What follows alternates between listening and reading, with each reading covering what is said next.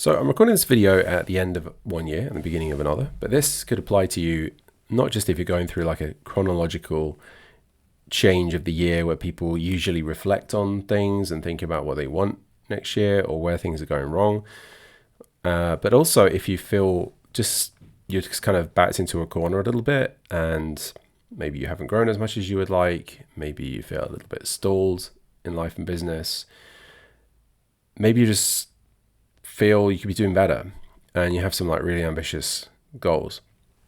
This is a really helpful framework that I use, that I'm helping other people go through as well, that I think can really help you to narrow down your choices, pick something, then have the ability to execute on that thing pretty easily, and then preempt the things which are going to stop you from actually getting the outcome that you want. Because who wants to just go through another year or another I'm backed into a corner moment, I'm going to take some action, and then just find you just spend a load of energy and time and get no further forward.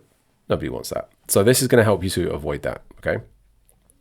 So in terms of like a change in direction or planning something new, planning a new initiative, the direction you want to go with your business, the first thing we have to recognize is not just when we're in this situation, but every single day we are confronted by choices.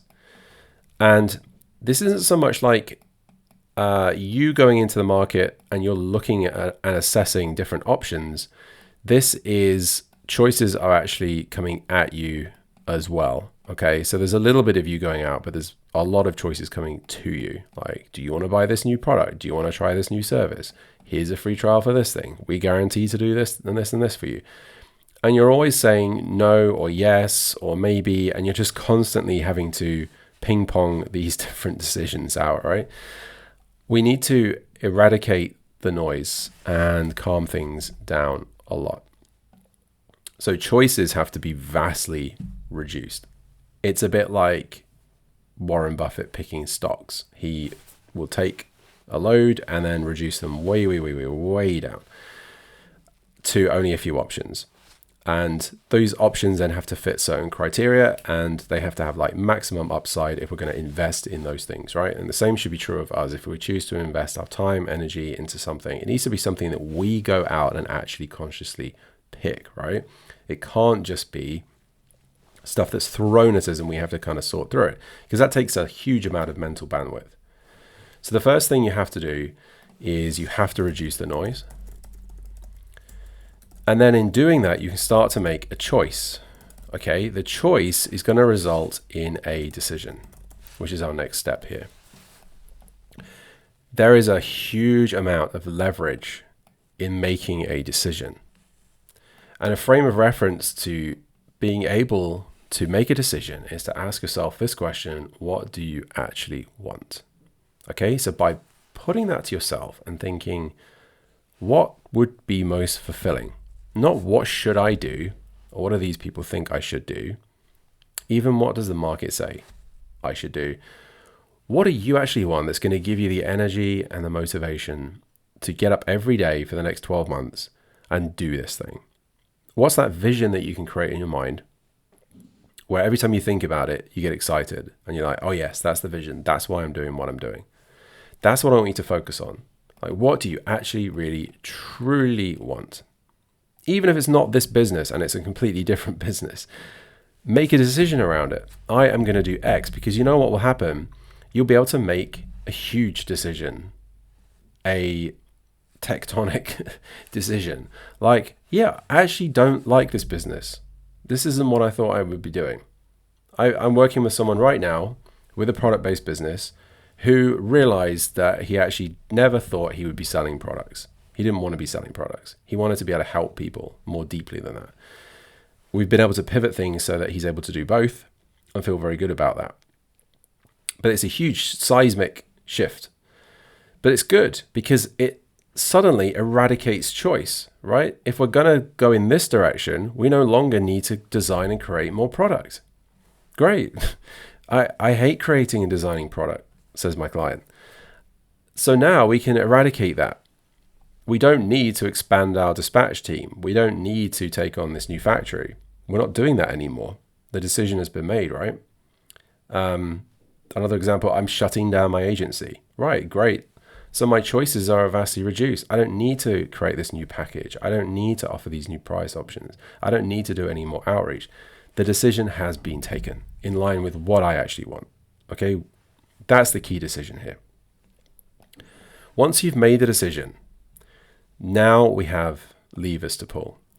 So we've been through these things not in isolation. Okay, we reduce the noise. We get to a point where we can make a choice from just a few options grounded in what do you actually want. The decision has now been taken, which reduces additional choices and keeps the noise turned down because now I know what I want. Now I have to look at the availability of the levers to pull to achieve the thing which I actually want. Okay. If we want to say 2x our business, so we want to double the size of the business. Well, now I have some levers to pull. And the point is, with less noise, with a decision being made, what will happen naturally is that you will be able to see the levers. Because if you don't know what you want, you don't know what levers to pull to get there. And if you're in a state of noise and too many choices, the levers will be invisible. You won't be able to see them. Now we've made a decision. Options start to melt away. Levers become more obvious. If you've ever experienced this, like you've decided, it's a kind of confirmation bias, right? You've decided this thing. Your brain is then able to mentally digest that decision. And then the available options start to present themselves. It's a similar thing. There are also mechanical options. Like if I'm talking about a physical product based, say, e-commerce brand that wants to double in size, they simply have to increase the number of customers by 33%. They need to do the same thing with their average order value. They need to do the same thing with the frequency of people buying. Okay. So these are very real levers. Now, if I haven't made this decision, I am growing the business. I'm doubling the business this year. Done. If I haven't made that decision, I'm not going to be able to be inquisitive enough to figure out, well, how do I actually do that and to find this piece of information here, right? Now, if I'm also bombarded by choices and I'd be like, oh, the new email software, there's a free demo, I should do that. That's definitely going to help me to increase my business. And oh, this marketing agency that's been knocking on my door for the last 18 months, yes, it's time to take them on because that's going to double my business because they say that they will, right? No. So we have to reduce the choices down and then look at our available levers and options, which will become more and more apparent. Now, as we see the levers that we can now pull based on our decision, the next thing that's going to happen to you is blockages. Okay. And this is just part of being a human. So, for example, I decide I'm going to 2x my business. And I get to work and I realize that in order to do that, I'm going to have to spend some time like away from the noise, and I'm going to have to find more time for me to spend on growth activities. Okay. So from this main decision to 2x the business, I'm going to have basically some sub decisions to make. Okay. Which are all good because they're in line with the main decision. So once we make a choice, we make a main decision, we're going to have easier sub-decisions aligned to the main decision, right? So I might say I need to stop being involved in all these other areas of the business. So I need to delegate. So I make the decision, sub-decision of this decision, or a lever basically. The lever I'm going to pull is delegation, systemization. I need to get myself out of the business. That's a very sensible lever, right? So you've made the decision. Levers have become apparent to pull. One of those being, oh gosh, yes, I spend way too much time in the nuts and bolts of the day-to-day grind of running this business. Right. So sensible decision, I must delegate. Then we start to hit the blockages. I can't delegate. I'm in the situation I'm in because I cannot trust anybody else in my organization to do what I do well. I can't offload any tasks that I currently do onto another person because I don't trust they're going to get them done properly. I don't have the time or the mental capacity to think through, how do I tell this person how to do it? You know what? I'm just going to do it myself because I have the mentality that I'm the only person that can do it, right? That is a blockage because that's going to stop you. That's going to eliminate a lever that's going to help you to fulfill on the decision that you made to 2x the business. So that's one blockage. Another one, which is a really hidden one, is that I don't even feel comfortable with 2x in my business. I've been in this situation where I've been unable to carry revenue. Okay, I've done 7-figure revenue before, and unknowingly I have started to do things in order to sabotage those numbers, right? It's an internal blockage. You might find yourself procrastinating. You might find yourself saying, yeah, I don't want to pull the advertising lever anymore. I'm seeing the numbers come in and I'm afraid something is going to break. This is really scary. That's an internal blockage. The other one, which is really important that you should look out for, is one of alignment. So when you decide to expand and grow, what you might find is that you're actually misaligned with what you're putting out there into the marketplace. So your brand identity, your products, who you're talking to, how you're talking to them, starts to get magnified as you grow. And as you do that, the discomfort level starts to increase because now you're more and more and more exposed into the market with this thing, and you might not be comfortable with it, right? You might be dissatisfied with the product, or you might be just dissatisfied with who you're trying to help with it. So alignment is a big one. So again, we have these blockages. We find these levers, we have these blockages. Another blockage is just that we can't see the levers, right? Like I said before, we decide we want to double the business. And for a typical business, this is one of the ways to do that. But for whatever reason, we just can't see it. And that could just be because we don't have enough experience, or we don't have enough knowledge, or we don't have anybody to help, right? This is going to reveal another blockage. So I say all of this not to put you off, but to say that once you've decided on something, as long as that decision is rooted in what do you actually want, it's really worth pursuing, because otherwise what you're going to get is not what you actually want.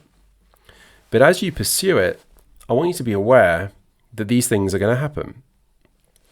You need to be able to sit with the decision in an environment of reduced noise. That's the first thing. The noise is going to want to come in. You're going to have to try to push it out. If you do that, you will see the levers that you need to pull. Once the decision has been taken, it'll be a lot easier and a lot more intuitive for you to be able to then move forward with that decision.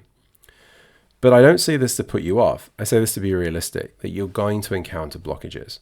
And my hope is that as you think about this video, you can mentally kind of go through this process and preempt what some of those blockages might be, or at least mentally be ready for them, right? Again, it all comes back to turning down the noise. It's having a little bit more self-awareness. Visualizing this business. What do I actually want? I want to 2x it. How does that make you feel? If that makes you feel scared, or if that feels really daunting, believe you me, from somebody who's done it, that is a big thing. That's a big potential blockage that needs to be focused on. And we could talk about hundreds of potential blockages here. I think in your situation, you have to think about what they might be. Or if you can't think of what they might be right now, at least print this off. I'll probably try and turn this into some sort of print off, right? That you can be aware of. So you can be aware of what this looks like in these different phases that you're going to go through, and just be aware that these blockages are going to surface. But keep in mind what you actually want. And then as these blockages come up, you can just say, I knew these were coming. Now I have some work to do. Okay, now I have to work on the fact that I can't delegate. Because if I can solve that, then I can hit this. And if I don't solve this, it's always going to crop up, basically. Blockages are an invitation to self-improvement, basically. And as you improve, your business will 10x. I guarantee it. If you want to double your business, as you reach these blockages, if you do the inner work, which I'm always banging on about lately, because basically everything leads back to the inner work. If you do the inner work, you will more than double your business. You will 10x your business, and you'll feel good about it. Anyway, I hope this is helpful. I hope it opens maybe some sort of sub-discussions off of this one. If you have any questions, let me know. If you ever want help with, I've now made this decision, what are the levers I should pull? or here are these blockages, how do I get around those?